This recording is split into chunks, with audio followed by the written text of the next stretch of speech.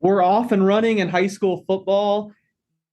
The week one games are in the books from last week. I'm Case Keefer alongside Ray Brewer here to talk about them and look ahead to week two. Another strong slate of games on tap. This is Prep Sports Now, episode two of the 2022 high school football season in Southern Nevada. Ray, any early lessons from getting one Friday night in the books? Early lessons, I would say one, don't mess with the Silverado Skyhawks. They put it on Centennial 55-7. So I was probably wrong on that. That was a coin flip, if you remember. And I was even gonna take Centennial at one point. And I would say that a lot of things happened like we thought they would, but props to Sierra Vista, upset, I guess you could say, of legacy, 4A against 5A. Props to Arborview, an ugly win, but they got it done. A lot of turnovers, 7-0 final. Liberty came out guns a-blazing, 39 points in the first quarter. Awesome story out of the Spring Valley game. I don't know if you saw it, but they had a young man whose dad died during the week. Ended up scoring a touchdown, and a lot of moment of the year. Did I text you on Friday night? I don't think you did, unless I missed it. No. I think I texted Sam, but I'm thinking Sun Standout Awards. Oh, gotcha. Knock it off the board, moment of the year, baby. So it was fun. And this week we've got a lot of big games. Gorman, Mater Dei. I try to compare that in the picks to John Bosco Gorman, 2014.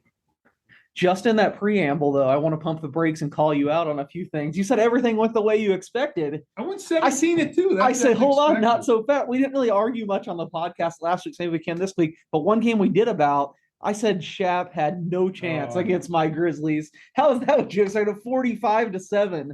Last time you're doubting my guys, the Grizzlies. You go against the theory, best player on the field, and see what happens. Yeah. And that was a lot of that was me playing with my heart. But I really think as the season matures and Shap gets all of its players back, that they'll be a different team. But early in the season, there's a lot of schools out there that are down a few guys until the 3-week grade check.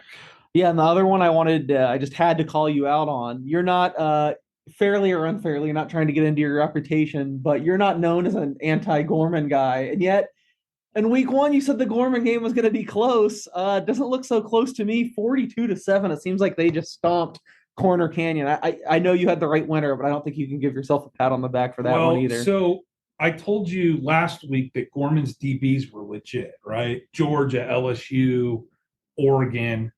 The Corporate Canyon quarterback, I said that wrong. Little tongue twist. Corner Canyon. Zach Wilson's brother. Oh, kid's got a bunch of offers, and he threw for 450 the week before. So it wasn't like that was like me in a hot take. This team could really sling the ball around. The kid's a really good quarterback. He's going to be playing at the next level.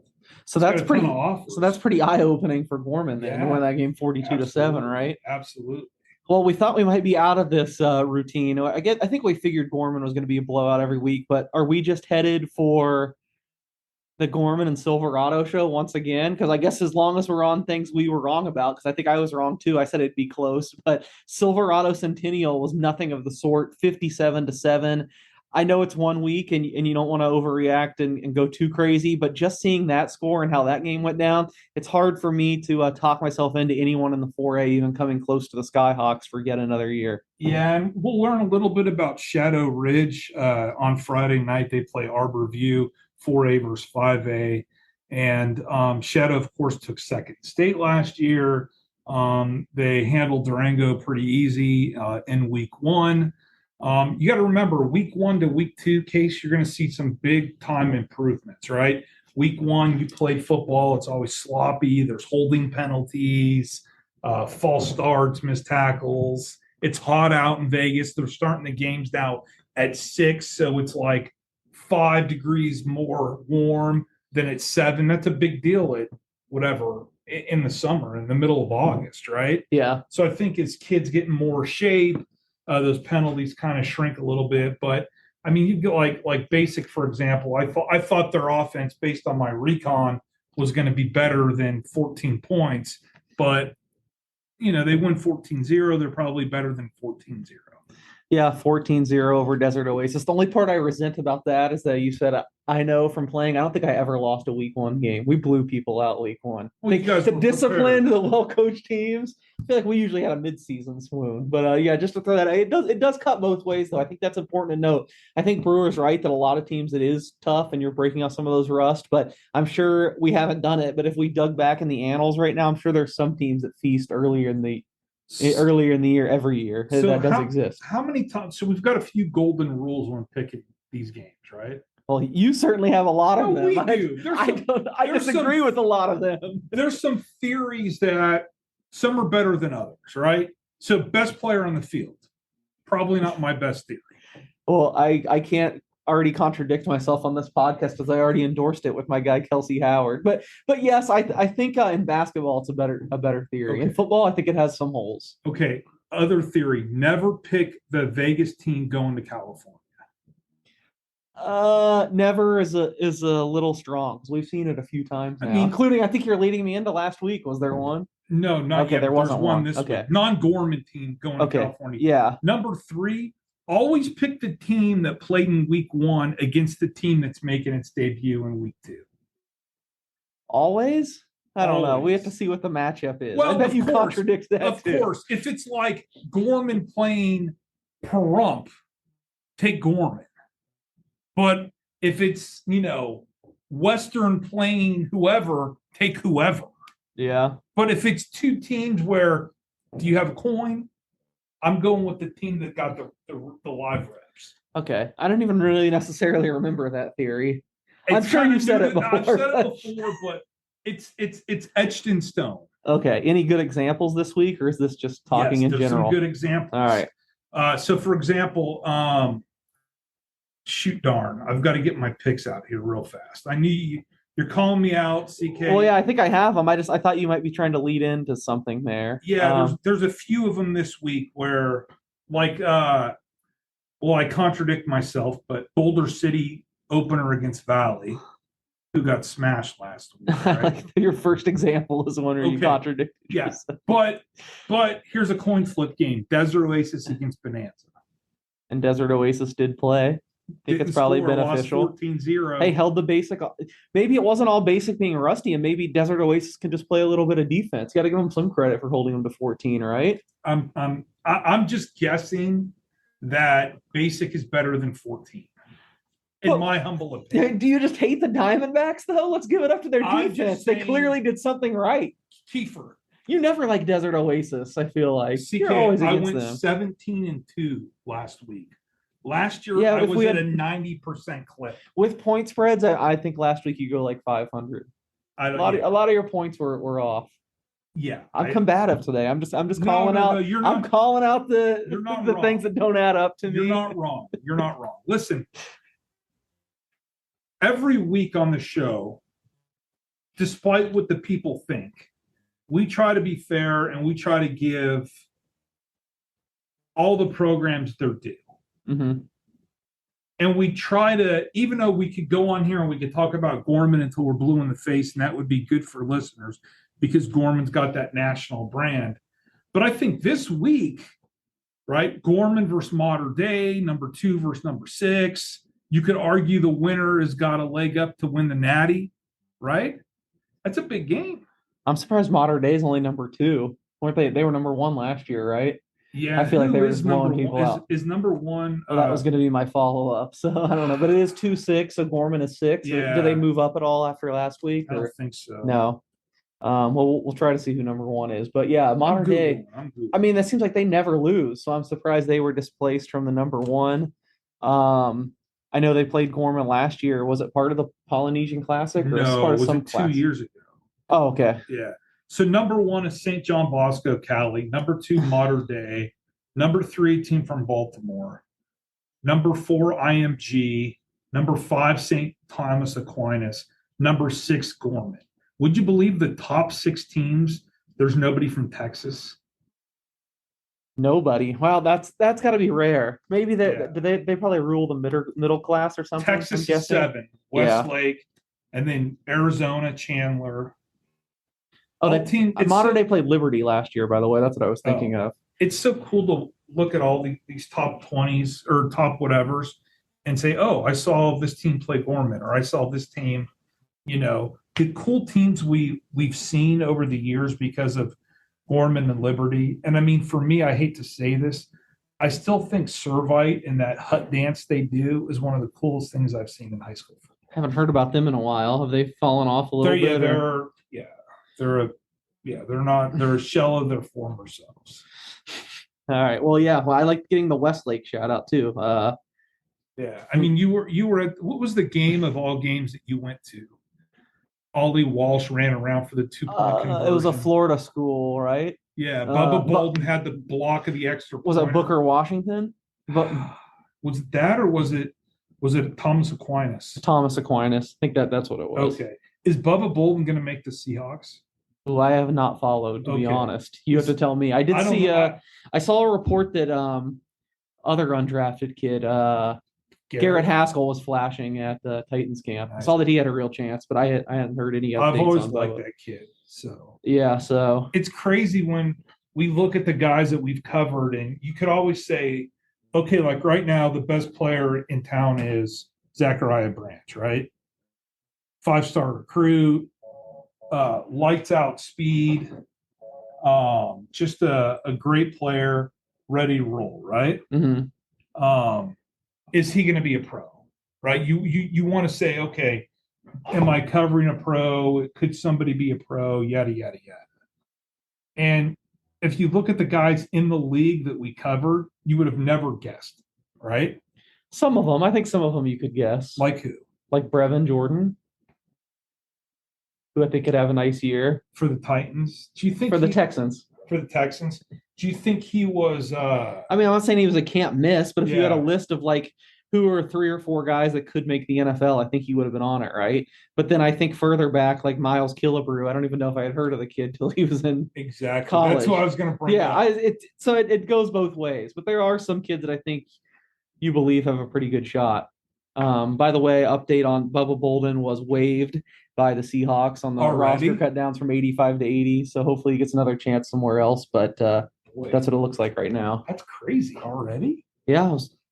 Who knows? I mean, there's so many things that go into this. It's not always cut and dry. Maybe he just wasn't a good fit there. It doesn't necessarily mean he was terrible or anything. We'll see what happens. Speaking of Foothill, you brought up my Falcons. Oh, Haskell Garrett was waived too, actually. I could have sworn I read something that he was flashing in training camp. All right, anyway, well, that's done with the pro part. We'll catch up with that later. Go ahead and tell me about your school district, the Foothill Falcons. Okay, so you know how we always rave about how many people are at the Foothill games, right? In the band. Well, I was the fan of the band, right? You like the other band. Let me tell you, my kid now is going to public school, and they jam the arts down your throat there.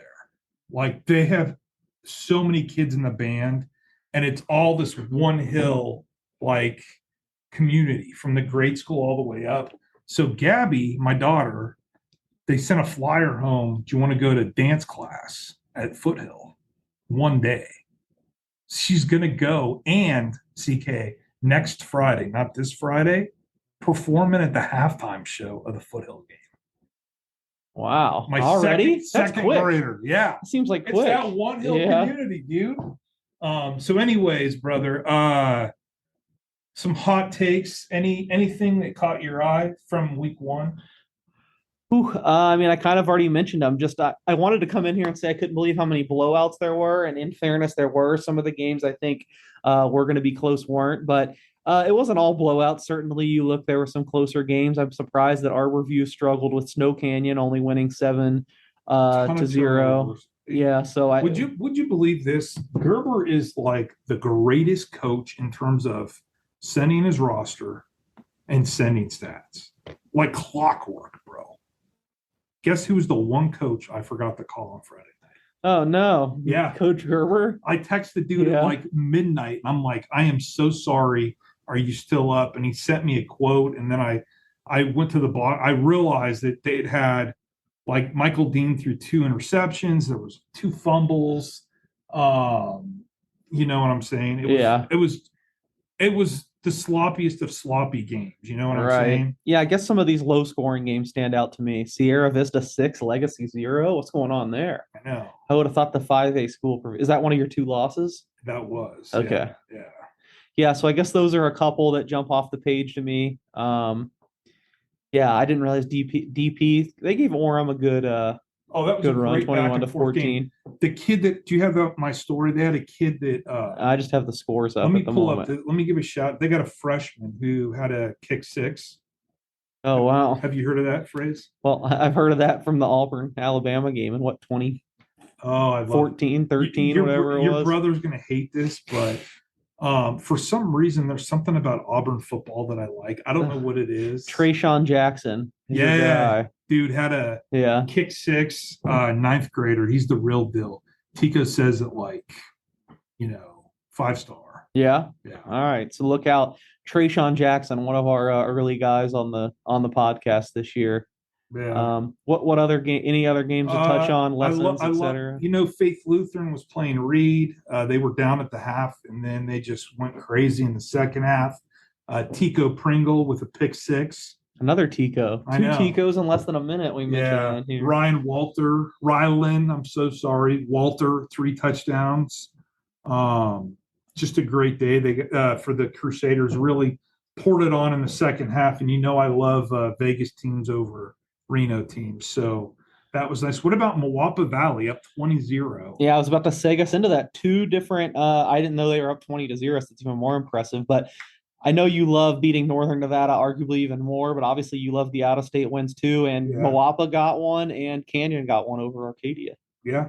Yeah, I love that. So Moapa was up 20-0 and then let Hurricane back in the 22-20, and then they had to punt in the fourth quarter, and then they got a pick six over. Oh, I feel like Moapa a lot of times plays in crazy games with them, or maybe it's just early in the season, but that doesn't really shock me. So congrats to the Pirates, a good first win to get them on their way in the 3A. Clark and Coronado each with wins in the 4A. Neither coach wanted to call us, so if you guys are out there, we appreciate phone calls on game days. Thank you. There you go. What did you said? Liberty scored 39 points in the first quarter. Did they just kneel the rest of the way? I mean, I know they're probably getting other kids in, but Palo Verde shuts them out. Other than that, yeah. But once you get running up, clock. Okay, I'm still surprised they scored 0 the rest of the way. Shout out and Keefer, say the name of the kid that had the good game for them. Pull up the story. It's gonna take me a second. We're not doing this in the most high tech way this year, so I don't have everything in front of me like I normally do, but I'm gonna get it up. Tell me about it. Tell me about him before I try to pronounce his name. What's he do? Isaiah Laufo. Yeah, 3 touchdowns for the Patriots in the first quarter. I'm sure that was wrong, but that's what we're going with for now. And apparently, though, what set this kid apart is that he's a little undersized, but he runs so hard, and they think he really set the table for the season by just getting in there and bursting through. So, I mean, come on, bro. Yeah. Liberty up 39-0 in the first quarter against Palo. Yeah, that's crazy. I mean, think about that. I mean, back in the day, that was unheard of. Just goes to show you. Bigger test for Liberty this week. They're going to Utah to take on Lone Peak. I know that Gorman Modern Day inherently will get the headlines, and that's the big game, but Liberty and Lone Peak, nothing to scoff at. And this is I think the Patriots should get tested at least a little bit more than they did against Palo Verde. All right, let's do the picks. See, all right. I'm 17-2, and you're near there. You might be 18-1. Yeah, so I don't. Well, yeah, because did you actually pick Shap, or were we just disagreeing how close it was going to be? Shap. Okay, yeah, maybe I'm 18-1 then. Perfect. Yeah. You're the expert. Yeah, exactly. Yeah. Well, just to make that nice segue, since we were already talking about it, how about we start with Liberty going to Lone Peak? Yeah, so I was just so impressed with Liberty in week 1. I love their new quarterback, and I don't think that Liberty escapes its non-league schedule undefeated, but I don't think this is the week they lose. I got the Patriots going to Utah, grabbing a dub.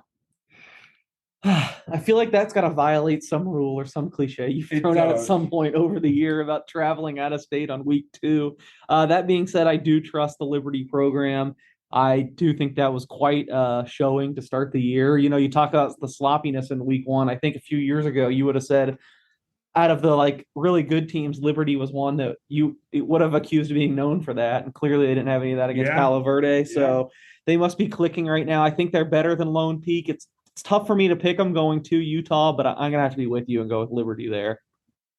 How about the other headliner, Mater Day playing Bishop Gorman? So two things. One, I think if Gorman wins this game, I think you could argue they're the national champions, especially if Mater Dei comes back and then beats Bosco in the playoffs, right?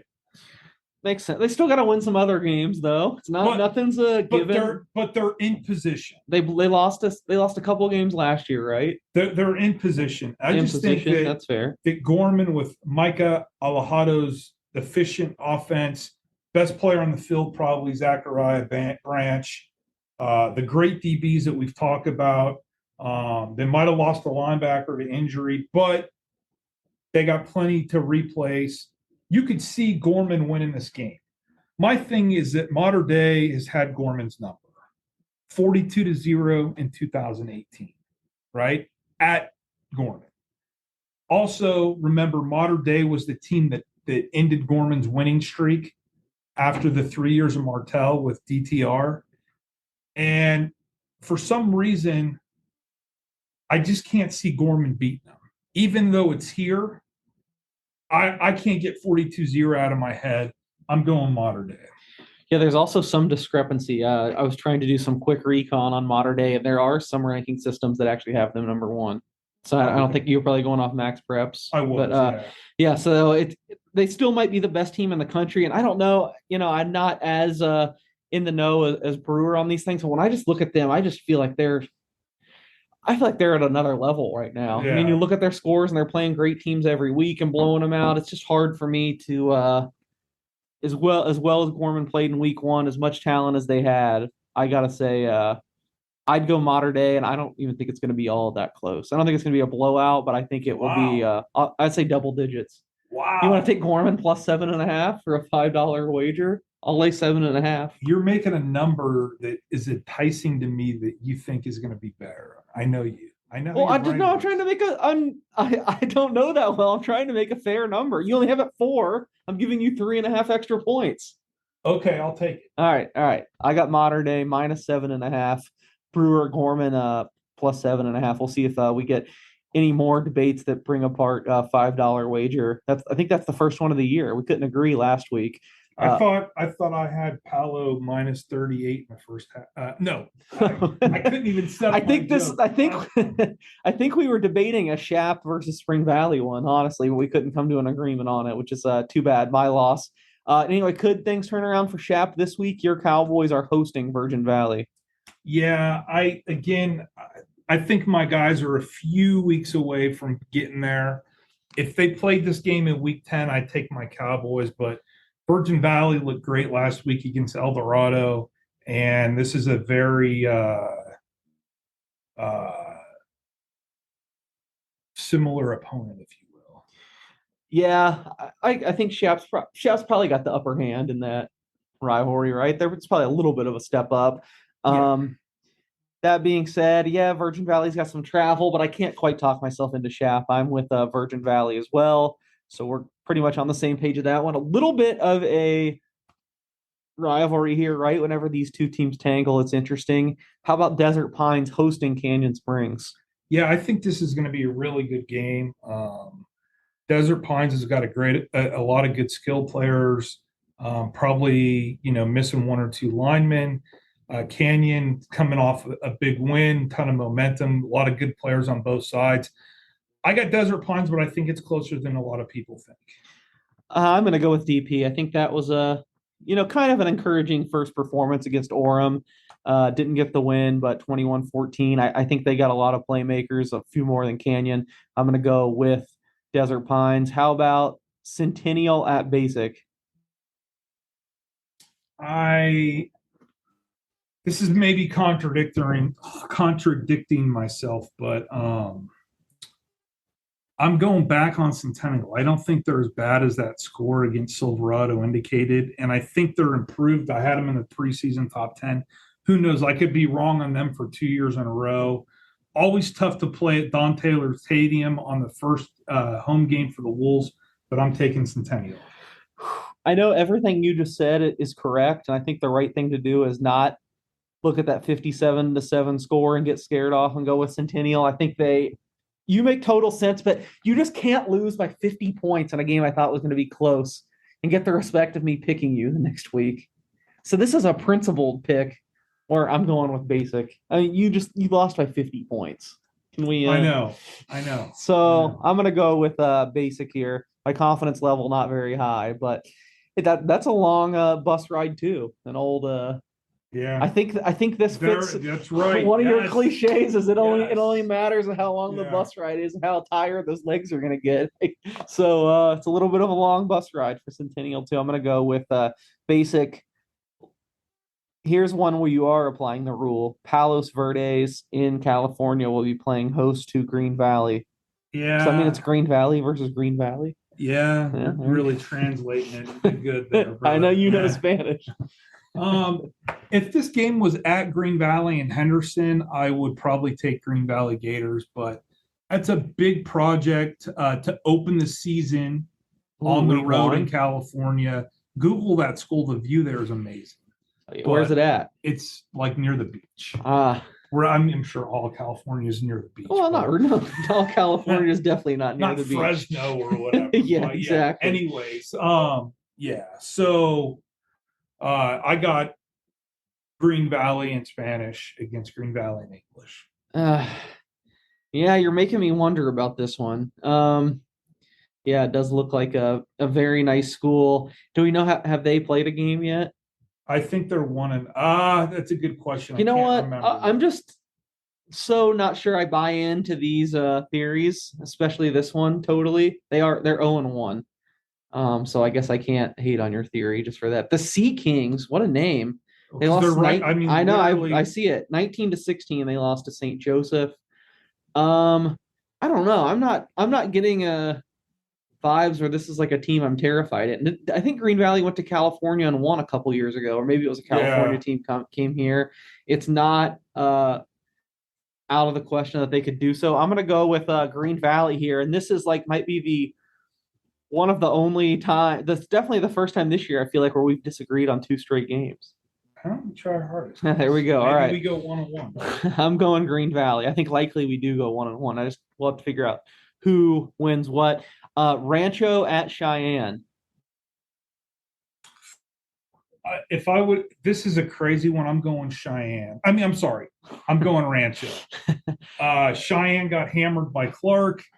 Rancho beat up on a youth football team in week one in Cadence Pinecrest or whatever the hell it's called. And I just think the Rams have a few more Jimmys and Joes, which isn't saying much. Yeah, it's crazy to me because what I gotta think like 12 out of 13 years I've done this, you would just take Cheyenne going away. You wouldn't even have a question, Yeah, it'd right? be net running clock next. But it looks like they're really struggling. That'll dating back to last year, and I know they're trying to get it back up and running there this year, but it might take a little bit. I'm gonna go with Rancho as well. This is a real good one you teased earlier: 4A versus 5A. Powers at both their levels. This used to be a big time divisional rivalry before the realignment. Shadow Ridge at Arborview. Yeah, I'd like to think that Arborview makes that week 1 to 2 jump that is synonymous with powerhouse programs. And, Shadow, we know Shadow. We watched them in the large class for years. They would, beat the Palos of the world or go head to head with the Palos of the world and beat the Bonanzas and whoever. And then when they got to Arbor View, that's when the enrollment kicked in and they really got smacked around a little bit. So I think the Aggies win. I don't know what that line would be, but I think it's going to be comfortable. Okay, I was hoping we could disagree on this one, but I agree with the theory this time. I think Arborview gets it together a little bit, have a good week of practice, and complement it with minimum 3 touchdown victory, in my opinion. And it looks like you are on exactly the same page. Actually, you have them winning by about 19 points. So yeah, I'll say in that same range. I'd probably say 21, but either way, we both have our review. Durango at Sierra Vista.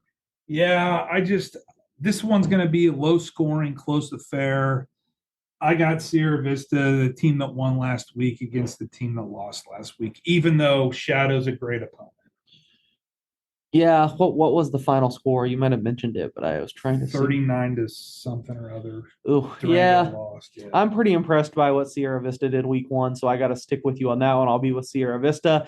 Faith Lutheran at Legacy, they had some interesting games in past years, but judging on the week 1 results, I don't think that's going to happen here. I think Legacy's offense has a way to go. I think Faith at least has some talent there. I think they win this game pretty comfortably. And I think you need to remember that Faith Lutheran is coached by a Division I football coach. Former, but yes. At one point, he was a Division I. Well, yeah, just when you say it that way, it makes it sound like he's spending his Friday nights at the Faith Lutheran field and then running over to wherever I he is now. Yeah, I just think that, Yeah, no, I know they're welcome. That was not a slight on Sanford at all. That was a slight on the way Brewer said it. I thought it was funny because it makes it sound like he's concurrently holding down 2 jobs. But yeah, very well coached. Not only him, his staff too. Totally agree. Yeah, they're on top of things, and I think maybe Legacy, still kind of in a rebuilding period here. So I got Faith Lutheran, Del Sol at Sunrise Mountain. Sunrise Mountain. Chris Sawyers is back. Sunrise Mountain looks good. Yeah, I agree. They're going to be much better, and I think they win. But I'm surprised you have this 28 points. I think Del Sol can hang a little bit, right? Did you see It's Sunrise Mountain and Del Sol. Yeah, I think Sunrise Mountain rules. Don't tease me into picking a game aside. Well, I don't think it's quite Silverado versus Western or something.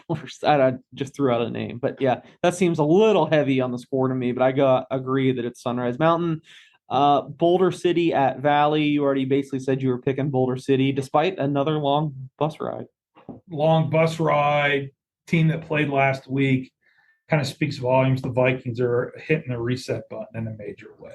Yeah. Coronado hosting Clark, second straight home game for the Cougars, and I say second straight win. I would agree, even though, Clark did win last week, and they are coming off an 8 or 9-win season. Oh, I'm disappointed your coin landed on the same side as my teams. And you know what way I was going in this one. I agree it should be close, but Cimarron and Spring Valley. I know you picked Spring Valley, but could I interest you in changing it around and going Cimarron? We don't want you on the bandwagon with the Grizzlies. You were against us week 1, so they couldn't score. They put up 40 some, and now you're trying to jump on. And we're crowded now. Yeah, we're done. Let's wait until the week 1 overreactions calm down a little bit. Bring on Silverado. No, I saw that movie in the playoffs last year. Silverado, dude, they put up 55 points at Centennial. I'm joking. I don't disagree, but I do. I think Spring Valley, I just think they're going to be a lot more competent offensively this year. So that makes me lean with them this week. So I guess that's another one. We're on the same page. Pahrump opening the season, I believe. They didn't play last week, did they? They're going to Western. Yeah, I don't know much about Pahrump, as their coach is another one who hasn't called us back. But they're playing Western, and I know enough about Western. I'll take Pahrump on the road. Yeah. Which breaks every rule we've ever had. Right. It's got to be Pahrump. Palo Verde and Slam Academy playing at El Dorado. Yeah, I don't care what happened last week where Slam won and they're a surprise contender for the 3A. This is 5A against 3A. There's a lot bigger guys on Palo rules. But they were down 39-0. That means something to me. 42-7. You have a beating Slam? I thought Slam was legit this year. They had some kids come in here on makeup day. 3A. Their kids looked impressive when they were in here for makeup day. You're giving them, the tour. Oh, I was. I heard you give them. I didn't actually see who you were talking to, and you were giving a hilarious spiel as you walked someone through here. And I was like, who in the world is he talking to? And then when I saw it was a high school football team, it made a little more sense. If Slam, no, I'm sorry. If Moapa Valley played Palo, neutral location, who would win? I would have said Palo last week, but I'm really confused now after they got scored 39-0 in the first quarter. Turns my head a little bit. It makes me think maybe I you're mean, Liberty, bro, is that good. yeah. That's what Gorman would have done to Palo. So is Liberty going to do that to every team they play, basically? Except for Gorman. Liberty Everyone is except at that Gorman? level. I mean, Well, I'm not hating on Liberty. I Yeah, know Liberty's but- very good. I just thought you could put up a little resistance. I mean, I don't think as much as I love Desert Pines, I think they do the same thing to Desert Pines. All right, well, can I get Slam plus 35? I don't. I mean, what would you make it if Palo was playing Moapa? I mean, Moapa's a 3A school Yeah, of 400 kids in a town of 9,000 people. maybe Palo like 6 or something. You're telling me? I don't know. You're the expert, not me, despite what you say. Maybe I'm crazy. But Moapa, I'm also probably tying this too much to the past, but it might have been 10 years ago now or 8 years ago or something. But Moapa, didn't they like beat Green Valley or almost beat Green Valley? Or they have a history of showing up against these schools they have no they had business RJ against. Hubert at one point. Yeah. Right? And RJ Hubert was like the real deal, right? So that was what and he did a lot for them. But I mean, it's a small town team. They got no Jimmys and Joes over there. So you think they'd lose by 4 touchdowns? No. As well? Okay. No. I mean, no. I'm just telling you right now that I don't know what to think, but all right. Well, yeah, I'm going Slam, and I would take the plus 35 if that's what you're really making the line. I mean, I just don't trust Palo to cover, but I think it's going to be lopsided. All right. I'd go 25 for another 10. No, I'm not going 25. You say I'm trying to take advantage. You jump 10 points. Oh my god, dude! I just took 7.5 with I don't even know. Okay, how about 28.5? Who do I got 7.5? Oh, Gorman. Gorman, yeah. How about I take it plus 28.5? That meets us in the middle. I said 35. You said 25. Honestly, to meet in the middle, it should be 30, but I'll just give you the 28.5. Let's meet in the middle, 24.5 of that. What? Meeting in the middle, you said 25. I said 35. Meeting in the middle would be 30. How do you get to 24? Oh, my That's math's lower. off. Okay, I'll take Palo minus 28.5. Okay. $5. All right. Yeah, I'm glad you can write them both. 28.5 PB Nation. Yeah. And 7.5 Gorman. Yeah, I don't know. I believe in Slam. I think they got some players over there. They're not going to quit. They're going to be trying to score. Maybe the back door will be open. Okay, well, that was quite the went off the exit there with that one. But we got 3 more games. Desert Oasis at Bonanza. Desert Oasis, team that played last week. Yeah, I just think Desert Oasis is a little bit better. I'm going with Desert Oasis. Las Vegas has an out-of-state opponent, Pine Creek, coming to town. Yeah, Pine Creek of Colorado Springs, Colorado. Won 10 games last year. Again, you got massive travel to factor in. And then you got Vegas, a team didn't play last week that's getting its first reps. Your guess is as good as mine. I take the team that won 10 games in Colorado. Yeah, I know there must be something up if you're picking against Las Vegas because that's just something that never happens. Yeah. So I'm gonna have to go with my wife. Yeah, I know. I'm gonna have to go with Pine Creek as well because I'm just taking it back to see you not picking the Cats. Last game, another one against an out-of-state opponent. It is Inglewood High, the Sentinels from California, coming to your home high school, Foothill Falcons. Who wins that one? Inglewood is up to no good. Yeah, I knew that was coming. Yeah. So Foothill lost in Ohio 42-10. It was actually 14-10. Gave up a touchdown at the end of the first half, and then Ohio got the ball to start the second half. So they kind of got one of those 2-for-1s. And football in the Midwest is a little different. They got beat up front. Inglewood's not going to have the guys up front, but I do think Foothill's a little jet lagged from traveling all the way to Ohio, went to the Pro Football Hall of Fame, went to practice of the best team in the history of the NFL. I went to Steelers practice? Yeah. Oh, wow. Yeah. There you go. I mean, I just think they're jet lagged, and I think they lose. They're going to go to 0-2. Yeah, that's a lot to ask high school kids flying back, taking on another out of state opponent. I agree with you that this one could be close, but I think you make a compelling case there, and I don't think I can go against you. I think I'm going with Inglewood. All right. Any parting thoughts? I guess all I have to say is go Slam and go Mater Day. Chevy Nation, Yeah. rise up. Yeah. So, all We'll, right, we'll see how that goes. appreciate you guys. All right, for Ray, I'm Case. Thanks for listening to Prep Sports Now.